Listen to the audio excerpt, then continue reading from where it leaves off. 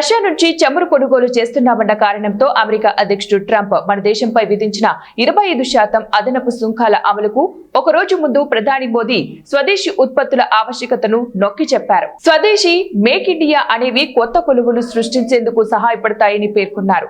పెట్టుబడులు ఎక్కడి నుంచి వచ్చినా ఉత్పత్తి మాత్రం మన దేశంలోనే జరగాలని స్పష్టం చేస్తూ స్వదేశీ అనేది ప్రతి ఒక్కరి జీవిత మంత్రంగా ఉండాలని పిలుపునిచ్చారు.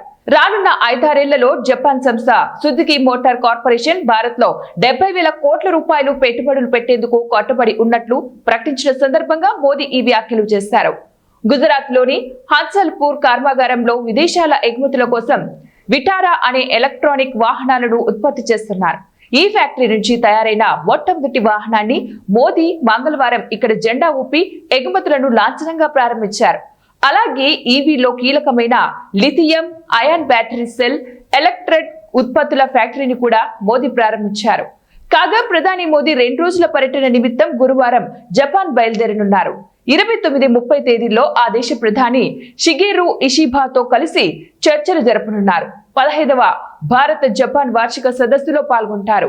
ఇషిబాతో మోదీ సమావేశం కానుండడం ఇదే మొదటిసారి. 2014లో ఆయన ప్రధానిగా పగ్గాలు స్వీకరించాక జపాన్ వెళ్లడం ఇది 8వ సారని విదేశాంగ కార్యదర్శి విక్రమ్ మిశ్రీ మంగళవారం తెలిపారు.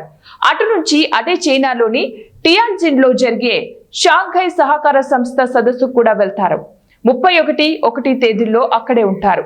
చైనా అధ్యక్షుడు జీ జిన్పింగ్ రష్యా అధ్యక్షుడు పుతిన్తో వేర్వేరుగా ముఖాముఖి భేటీలు నిర్వహిస్తారని ఆయన తెలిపారు.